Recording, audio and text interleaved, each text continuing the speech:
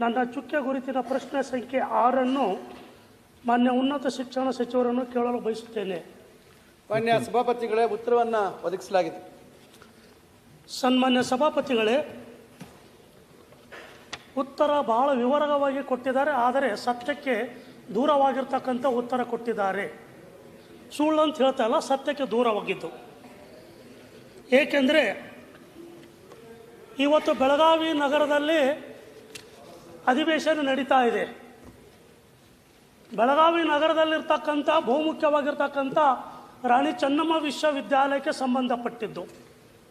ಬೆಳಗಾವಿ ನಗರದಲ್ಲಿರ್ತಕ್ಕಂಥ ಮುಖ್ಯ ವಿಶ್ವವಿದ್ಯಾಲಯ. ಅದರಲ್ಲಿ ವಿಶೇಷವಾಗಿ ರಾಜ್ಯದ ಹೆಮ್ಮೆಯ ಸ್ವಾತಂತ್ರ್ಯ ಹೋರಾಟಗಾರ್ತಿ ರಾಣಿ ಚೆನ್ನಮ್ಮನ ಹೆಸರಿನಲ್ಲಿರ್ತಕ್ಕಂಥ ವಿಶ್ವವಿದ್ಯಾಲಯ ಇದು. 15 ವರ್ಷಗಳಾದವು ಪ್ರಾರಂಭವಾಗಿ, ಇನ್ನೂ ಸ್ವಂತ ಕಟ್ಟಡ ಹೊಂದಿಲ್ಲ. ಅದಕ್ಕೆ ಸಂಬಂಧಪಟ್ಟಿರ್ತಕ್ಕಂಥ 2 ಪ್ರಶ್ನೆಗಳು ಕೇಳ್ತೇನೆ, ನಂತರ ಅದಕ್ಕೆ ನಾನು ವಿವರಕ್ಕೆ ಹೋಗ್ತೇನೆ. ಈ ಪ್ರಶ್ನೆ ಕೇಳಬೇಕಾದರೆ ನಾನು ಕ್ಯಾಂಪಸ್ಸಿಗೆ ಹೋಗಿ ವಿಸಿಟ್ ಮಾಡಿ ಅಲ್ಲೆಲ್ಲ ಪರಿಶೀಲನೆ ಮಾಡಿದ ನಂತರ ಪ್ರಶ್ನೆ ಹಾಕಿದ್ದೇನೆ. ಹೀಗಾಗಿ ಸತ್ಯಕ್ಕೆ ದೂರ ಇದೆ ಅಂತ ನಾನು ಹೇಳಿದೆ. ಅವರು ಇದಕ್ಕೆ ಏನು ಉತ್ತರ ಕೊಡ್ತಾರೆ ಅಂತ ಕೇಳ್ತೇನೆ. ಮೊದಲು ಅದರಲ್ಲಿ ಮುಖ್ಯ ಪ್ರಶ್ನೆ ಅಂದರೆ, ಈಗಾಗಲೇ ನಡೀತಕ್ಕಂಥ ಕಾಮಗಾರಿಗಳು ತೀರಾ ಕಳಪೆ ಮಟ್ಟದಾಗಿದೆ.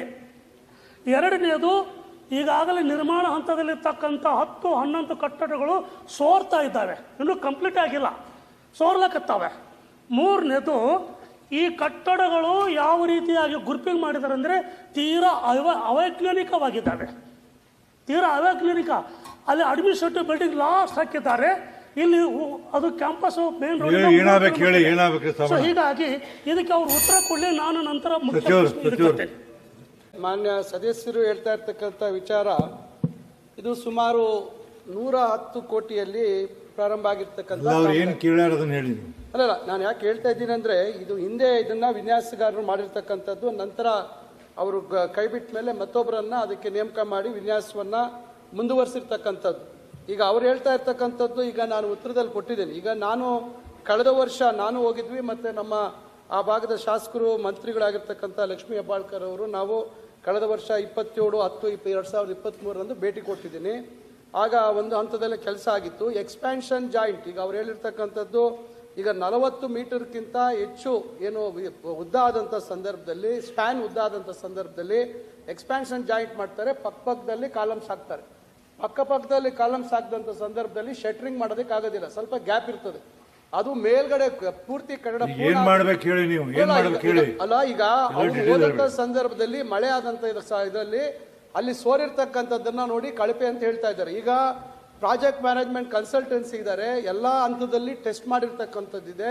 ಅಲ್ಲಿ ಏನೋ ಕಾಂಕ್ರೀಟ್ ಬ್ಲಾಕ್ಸ್ ಮಾಡಿರೋಂಥದ್ದು ಅಲ್ಲೇ ಟೆಸ್ಟ್ ರಿಪೋರ್ಟ್ಸ್ ಇದೆ, ಎಲ್ಲ ಪೂರ್ತಿ ಎಲ್ಲ ವರದಿ ನನ್ನ ಹತ್ರ ಇದೆ.